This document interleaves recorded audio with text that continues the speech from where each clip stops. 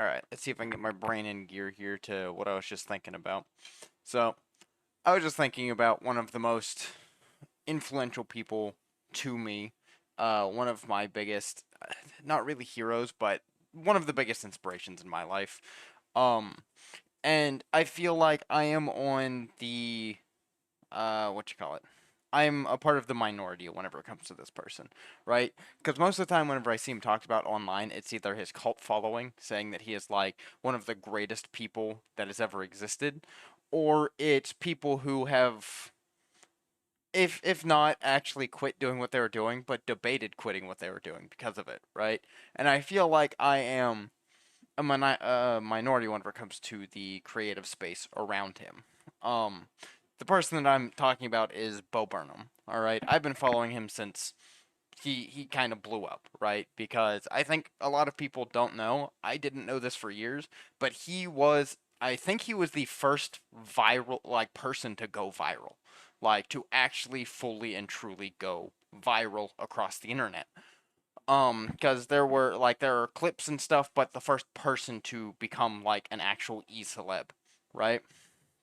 But the reason that I feel like I'm a minority whenever it comes to him is there are people that like him, there are people that like what he does, there are people that like the things he make, right? But that's people consuming his content, right? There's a lot of people that really like all of his content. In fact, I think most people enjoy his content. I'm one of those people. I've been following him for a long time now, and I look up to him in a lot of ways. But whenever it comes to the creative space around him, just about every time he releases something new, there is a new wave of people that I'm going to say dislike him. Like, not necessarily dislike him, but like the work he puts out because he demoralizes them. Because they want to quit doing what they're doing because of him. Because the work that he puts out is so high quality that a really high amount of creatives actually think about and vocalize that they thought about quitting because of it. Because they look at his work and they go, I can never make something this good. I will never in my entire life be able to reproduce something this quality, right? So at that point, they're left thinking, going, what's the point of even continuing doing what I'm doing if I'll never be able to reach this peak, right?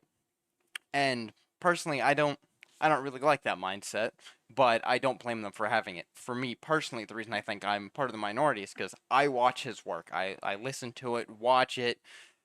Whatever he releases, it inspires me to make something. I look at that and I go, holy fucking shit, I want to make something this good. I want to be able to, I'm going to say, hang with people like him, right? I someday want to be able to make something that can be compared to him. I want someone to look at something I've done and go, oh my god, it is as good as this, right? And I feel like looking around YouTube and stuff like that, and listening to interviews of other like comedians or other people may I'm not gonna say people making movies because I really liked Eighth Grade, which was the movie that he directed, and like I think he wrote it and directed it. Like I think he did most of that work. I really liked it, but I have a feeling that people like Steven Spielberg probably go. But a lot of people around him in his kind of creative space, right? Like comedians, people doing stuff on Netflix, people writing songs, people doing everything. I'm going to say like internet kind of related. They look at his work and they go, "I can't compete," and I don't understand that mindset. Like I do, but I don't. I get feeling overwhelmed. I think a lot of them like they come down off of it, right? They look at it and they go, I will never be able to make something like this. But then over time, they actually gnaw on it on their brain and then they become okay with themselves. And either it inspires them to work harder and work better or do more or what have you, or they just become okay with themselves and what they're doing. Because I've seen a couple of like YouTube shorts of people who originally were demoralized by him putting out Inside, and they've since come around and like they're okay with themselves, okay with what they're doing. They're not like they didn't quit and they're not planning on quitting. It was just kind of a low point mentally for them, which is good to see. I would much prefer people keep creating. I'd much prefer people keep going, right? But all in all, like throughout all of Bo Burnham's stuff, like he has just been such an inspiration for me. Like I said, like everything that he does, everything that he has put out that I've seen, that I've consumed, all the way back from like back whenever he was 14, 15, just writing in his room, right? Like I still go back and listen to some of those songs every now and again. And the main reason that I think any of this is currently on my mind is because something happened with the YouTube algorithm and it's like serving up like 17-year-old videos that you probably watched, 17 years ago. Um and I think that's just kind of funny how that's happening right now because like I'm not just getting him, I'm also getting Filthy Frank videos too. And it's like I haven't thought about watching any of these videos in 10 years. Well, I guess I can't say that with Bo. With Filthy Frank, definitely, because like that whole edgy part of my what you call it life to where I was super into like that edgy content and that edgy, funny, stupid shit. Past it, past it now, because like I went back and rewatched some of them just kind of for nostalgia's sake, and I'm just all like, wow, he is such a menace. Well, he was just a menace to society. I feel bad for the people that he was like screaming around. Um, but oh no, I just kind of wanted to talk about it. I feel like I could talk a lot more about just Bo Burnham. Like I might actually now that I'm getting into it, because like the stuff that he does, like inside, right? Whenever he creates something, what I typically say whenever I'm trying to explain him to someone who doesn't know who he is, whenever he enters a new genre of something, a new creative medium, he tends to break it, right? That's what I've seen because he does it his way and he does it perfectly his way, right? Like whenever it comes to music, there's not like you can compare him to people like Spose or oh, why can't I remember his name? Oh, I am almost embarrassed that I don't remember his name. What is why can't I remember his name? It should be like right here. Um, Little Dicky. I apologize. I know everyone loves this guy, and me not knowing his name will probably get me massacred. But you can compare him to like Little Dicky, like Spose, like stuff like that. But to me, I see him differently, and it might also just be because I'm such a big fanboy of him, right? Because I feel like both for like Spose and Little Dicky, I've seen people like as hardcore into them as like I am into Bo Burnham. Um, and that would probably also see their stuff differently than I see their stuff.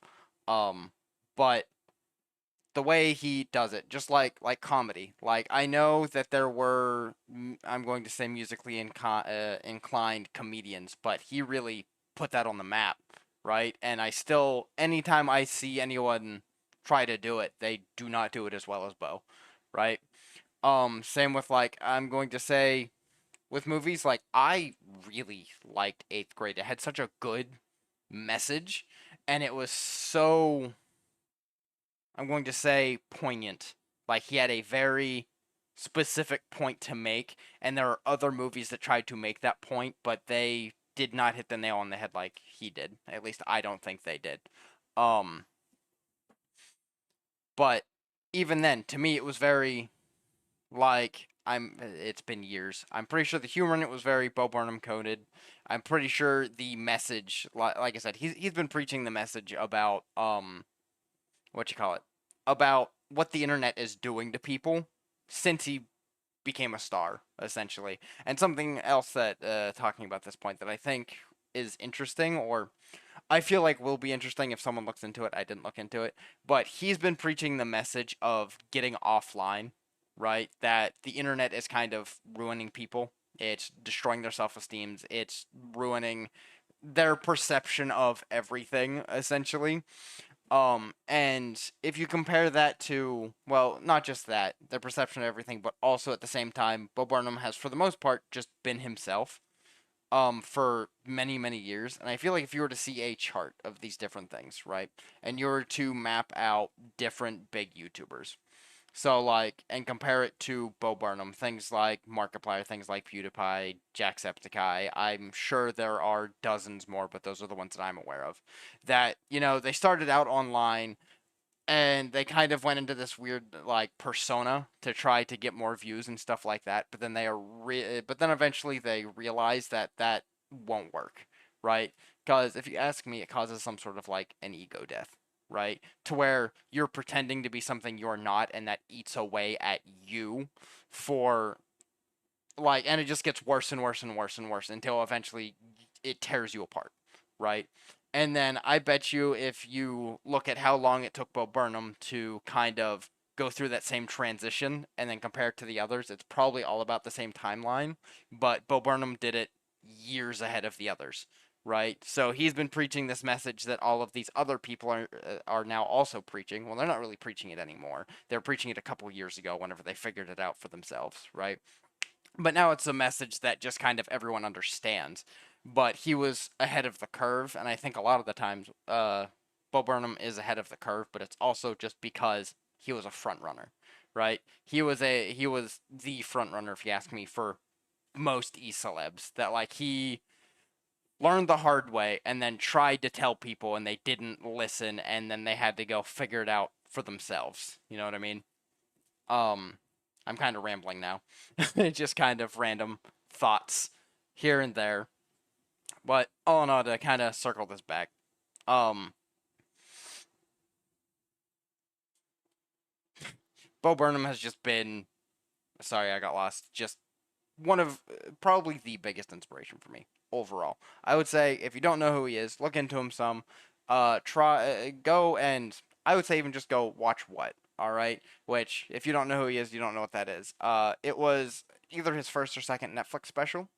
All right, except for what one of the things he did, and I'm gonna go into left field again. But what he did with that is he actually took a really big pay cut for what so that he could release it for free on YouTube. Like I don't even think that there's ads on it. Like it is completely you can just go watch it on his YouTube channel for free.